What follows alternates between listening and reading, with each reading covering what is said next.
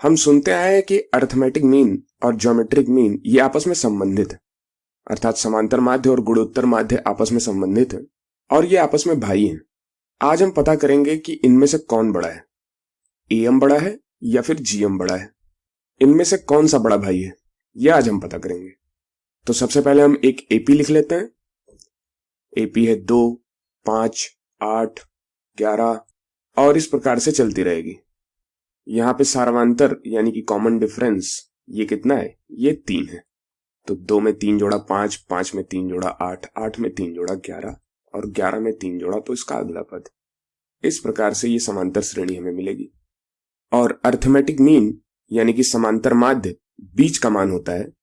तो यदि हम संख्याएं 2 तथा 8 लें तो बीच का मान हमें 5 मिलेगा और यही समांतर माध्य होगा, एम होगा। अब हम एक गुणोत्तर श्रेणी लेते हैं यानी कि जीपी लेते हैं।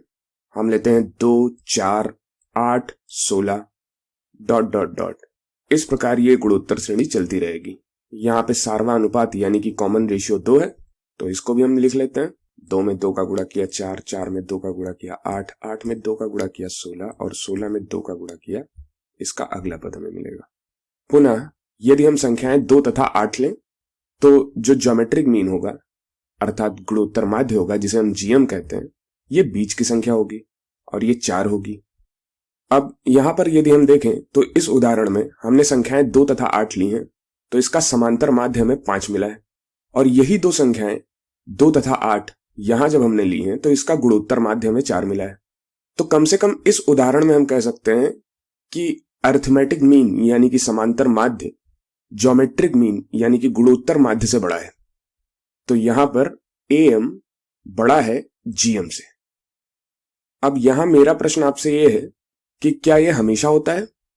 क्या हमेशा ऐसा ही होता है कि एम जीएम से बड़ा होता है, या फिर ऐसा भी होता है कि एम जीएम के बराबर हो सकता है, या फिर जीएम एम से बड़ा हो सकता है? क्या ऐसे भी परिदृश्य हैं? यदि हैं तो आप वीडियो को रोकें और उनके बारे में विचार करें। तो यहां पर कुछ ऐसे परिदृश्यों को खोजने की कोशिश करें जहां पर एम जीएम के बराबर हो या फिर जीएम एम से बड़ा हो। वीडियो को रोक के ऐसे परिदृश्यों के बारे में सोचें। इसके बाद हम एक प्रूफ देखेंगे जिसमें हम इसकी गहराई में जाएंगे। ठीक है, तो आपने कुछ सोचा होगा। अब मैं यहां पे आपको बता दूं कि एम हमेशा जीएम से बड़ा होता है। कुछ परिस्थितियां ऐसी होती हैं जहां पर एम जीएम के बराबर होता है, परंतु जीएम कभी भी एम से बड़ा नहीं हो सकता। अब हम इसके प्रूफ को देखेंगे। तो चलो 2 धनात्मक संख्याएं ले लेते हैं। 2 धनात्मक संख्याएं ए तथा बी ले लेते हैं, फिर इनका वर्गमूल निकालते हैं। तो √a और √b मिलेगा। अब चलो इन दोनों को घटा लेते हैं आपस में। तो इन दोनों को आपस में घटाने पर हमें √a माइनस √b मिलेगा। अब इस प्राप्त अंतर का वर्ग कर लेते हैं। इसका वर्ग करने पर √a माइनस √b इस पूरे का स्क्वायर मिलेगा। अब यहां से असली मजेदार खेल शुरू होता है। अब यहां से आप एक रोचक अवलोकन कर सकते हैं, वो है कि वर्ग कभी भी 0 से छोटा नहीं होता। वर्ग 0 से छोटा नहीं हो सकता है। अब यहां पर पहली बार एक असमीका आएगी। क्यों? क्योंकि वर्ग यदि 0 से छोटा नहीं है तो ये या तो 0 के बराबर होना चाहिए या फिर उससे बड़ा होना चाहिए। तो यहां पर हम लिखेंगे √a माइनस √b का जो स्क्वायर है वो ग्रेटर देन और इक्वल टू 0 है। अब पहली बार इस पूरे प्रूफ में हमें एक असमीका मिली है। अब थोड़ी देर में इस असमीका को हल करने से हमें अपना रिजल्ट मिल जाएगा।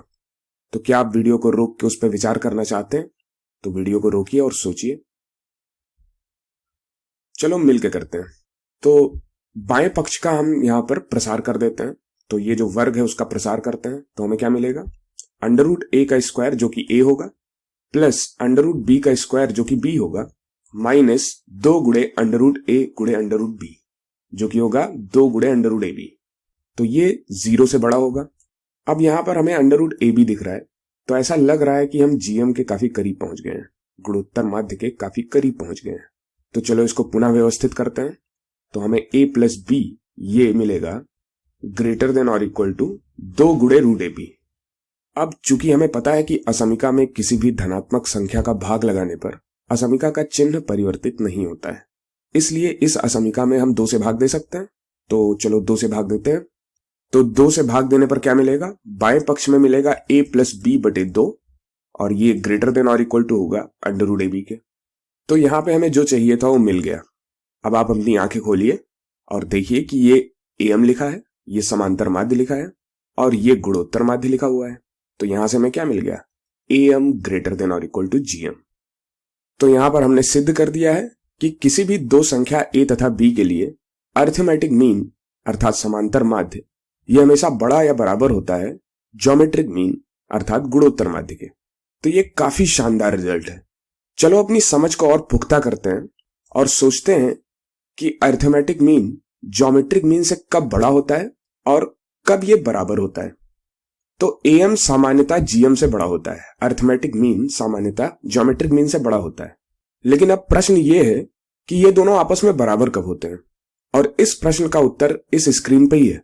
क्या आप उसको पहचान सकते हैं? तो ये बराबर होते हैं जब ये असमीका ना होकर के ये 0 के बराबर हो जाए।